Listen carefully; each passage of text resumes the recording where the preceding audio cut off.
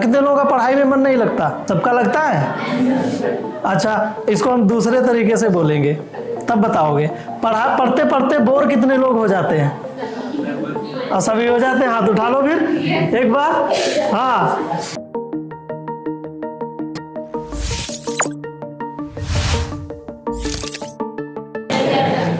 यही है पढ़ाई में मन नहीं लगने वाली बात।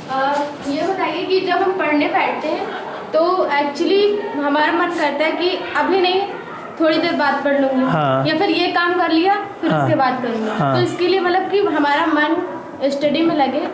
क्या करना चाहिए? क्या नाम है आपका? अंजलि रावत। अंजलि का सवाल जो है वो सुन लिया सभी ने? कितने लोगों का ये सवाल है?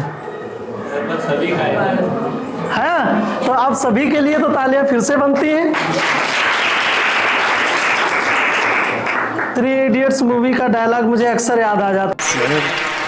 कौन बोल रहे हैं पर शब्द हमारे और हैं। इस प्रॉब्लम का सलूशन अंजलि बेटा एक है केवल, कि हम अपने जो बाकी के काम हैं उनको उनके समय पे नहीं करते हैं। इसलिए हम जब पढ़ने बैठते हैं तो मन करता है कि थोड़ी देर बैडमिंटन खेल लें, मन करता है कि थोड़ी देर खो खो खेल लें, मौसी से बात कर लें। अभी देखो ध्यान आया कि मम्मी ने कहा था रोटियां बना के रख देना, वही बना लें। तो वो चीज़ें हमारी डिस्ट्रैक्ट होने लगती है और वहाँ पे हम फोकस।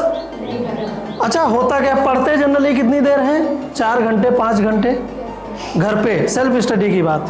और बाकी जो मान ले 5 घंटे पढ़ते तो 19 घंटे हो गए।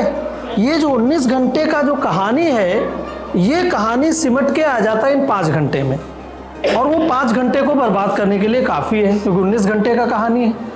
अब हम क्या करें, इस 19 घंटे को भी मैनेज करना है।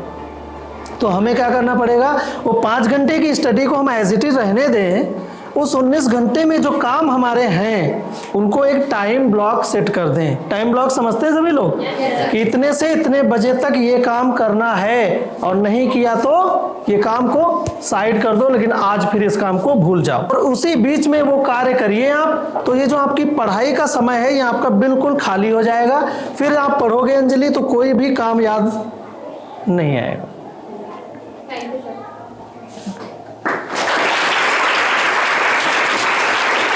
सर मेरा पढ़ाई में मन नहीं लगता है। पढ़ाई में मन नहीं लगता है। बैठ जाइए।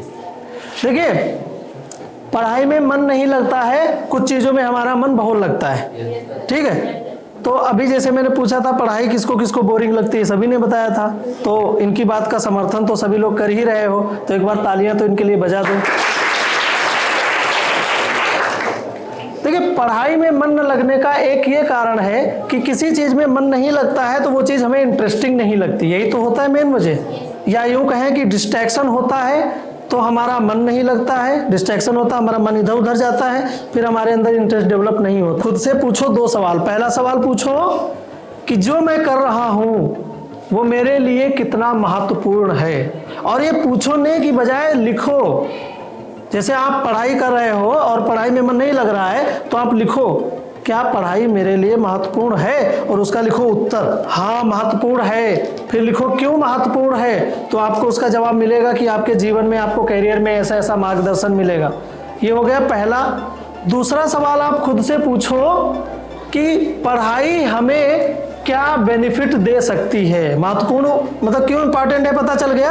अब आप लिखो पढ़ाई हमें कौन से लाभ देती है। ये जॉब मिलेगी, पैसे कमाओगे, साथ ही साथ क्या होगा, आप बड़ा बढ़िया बिजनेस कर सकते हो, अच्छे लोगों को गाइड कर सकते हो, टीचिंग कर सकते हो, लोगों की सेवा कर सकते हो, और सेवा भाव भी है। कैसा सेवा भाव भी होगा और आपको उसका रिवार्ड भी मिलेगा।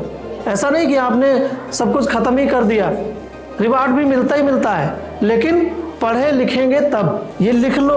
उसके बाद जब आपका मन न लगे तो आप अपने ब्रेन को ट्रिगर करो, ब्रेन को ये अलर्ट करो कि देख तेरा क्या नुकसान होने वाला है। अगर तूने नहीं पढ़ा तो तेरा ये नुकसान होगा, अगर तूने नहीं आगे पढ़ाई की तो तेरा ये नुकसान होगा। और उस ब्रेन को अपना नुकसान बताओ। आप बताओ, किसी को नुकसान पसंद है? ऐसे ही हमारा ब्रेन भी कहता है नुकसान तो नहीं उठाएंगे चाहे जो भी हो जाए। फिर धीरे धीरे आपका उसमें इंटरेस्ट डेवलप होगा।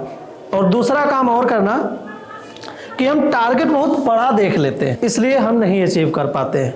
तो ये थोड़ा एक छोटी सी स्टोरी है। एक गुरुजी और एक शिष्य जा रहे थे। एक शिष्य बहुत थकने लगा। उसने कहा गुरुजी कितनी दूर और है आगे जहाँ हम विश्राम करेंगे? तो गुरुजी ने कहा मुझे तो पता नहीं, आप इनसे पूछ लो। तो वहाँ पे कुछ लोग अपना खेत में काम कर रहे थे, तो उनसे पूछा भैया हमारे गुरुजी वहाँ जाना चाहते हैं, कितनी दूर है? तो उसने कहा बस थोड़ी दूर है। चले गए। फिर थोड़ी दूर बाद गुरुजी आ गया, बोले हमें नहीं पता, इनसे पूछ लो। एक गाय चरा रहे थे, उनसे पूछा तो बोले कि बस थोड़ी दूर और चले जाओ, आगे है। वो फिर चले गए। ऐसा चलते चलते वो 8-10 किलोमीटर चले गए और थक रहे थे पहले ही। फिर थोड़ी दूर पहुँचे तो एक दादी उनको मिली, बाजार से आ रही थी। उनसे पूछा कहाँ है? तो बोले बस भैया अब तो थोड़ी दूर बचा है, पहुँच जाओगे, सामने दिखा भी दिया। पहुँच गए।